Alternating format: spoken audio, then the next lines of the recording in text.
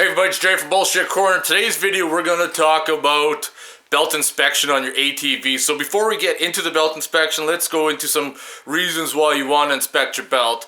I like to inspect my belt once every riding season. My belt's been in my ATV for about 4 years. It's probably getting pretty close to time to change it, but we'll see how wide it is. If you're having problems with your belt slipping, it's either wet or it's worn. If you're getting chatter, if you start losing like a lot of top end, a lot of power, your belt could be wearing thin. So let's get into it. Let's have a look at it. Now I removed the whole section for your footrest. I didn't show that on camera because if you can't figure out how to take that off, removing the belt cover probably isn't a project for you. Because you're going to have to remember how to put the brake lever and all that shit back on. You're just going to fuck shit up. So anyways, now we're going to go to and start removing all the bolts. And these are all going to be different sizes, I believe, so you might want to pay attention to which ones go where.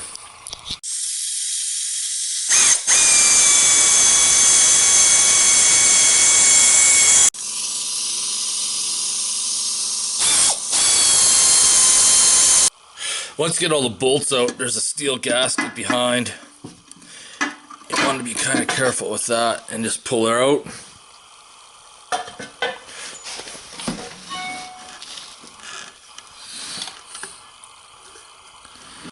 So just by looking over the belt, it seems to be in pretty good shape. There's no cracks.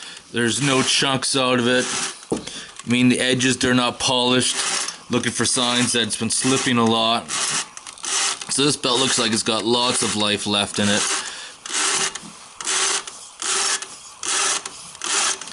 Feeling like inside the shivs, see if there's any grooves. Get my fingers inside of there. I need to re-put some grease in there before I put her back in. And a lot of belt covers always have a drain.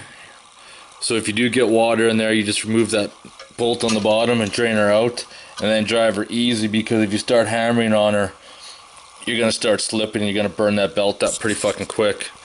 If you maintain and don't burn your belt out when it's slipping, you can make that belt last a long time. This is almost 4 years I've gone on this belt, and I have a spare one, and it looks good. I wouldn't even have to change it for a while yet. Just gonna throw some bearing grease in there. So that shaft just kind of rubs on a rubber O-ring in there.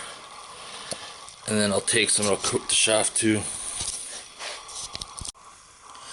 Yeah, I don't know why they just didn't put a bearing on there. But we'll get some grease on there so it has a little bit of lube.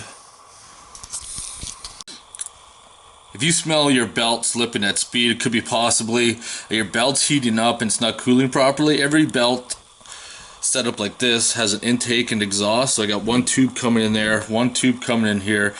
I got a fan in here that's going to go around and probably exert the air out to top, or vice versa. I'm not exactly sure. I'd have to have it running and see which one blows and which one doesn't. But anyways, if it's not cooling inside here, your belt's going to get hot and it's going to start slipping and it's going to start burning. That's another thing you can look at. See, I don't have it on mine, but if you would look on the pulley surface and there's like a black glaze on there from your belt slipping, you'd have to get rid of that glaze. Otherwise, your belt's going to keep on slipping. Doesn't matter if you put a new belt on or not. You'd have to take like Scotch-Brite or fine sandpaper and get rid of that. Or even possibly in worst case scenarios, you might have to replace your secondary or primary clutch.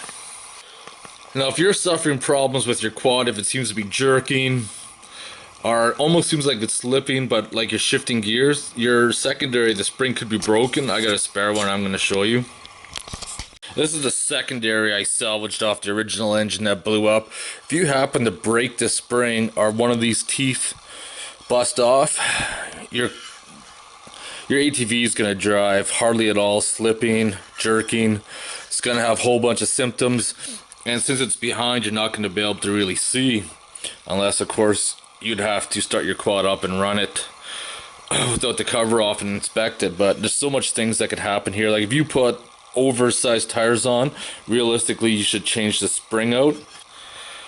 Another thing that'll kill your belt, if you're going up steep hills, I always put it in low gear. That way it's a little bit easier on it. If you start climbing up in high gear, there's a very good chance that your belt's going to start slipping. And once it starts slipping, it just gets fucked up.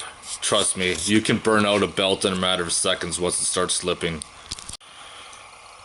Alrighty then, so if you put your case back on, everything should be good, and hopefully it doesn't leak on you. If it does, you fuck something up. Guaranteed. And no beers will help you then.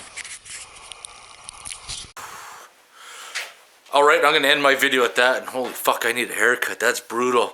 But there's many reasons why your belt and your ATV will slip. I gave you a few. Hopefully it'll be enough to help you get started on troubleshooting it. If you have any questions or comments, post it below. Otherwise, get a fucking haircut. Don't look like me, and I'll talk to you later.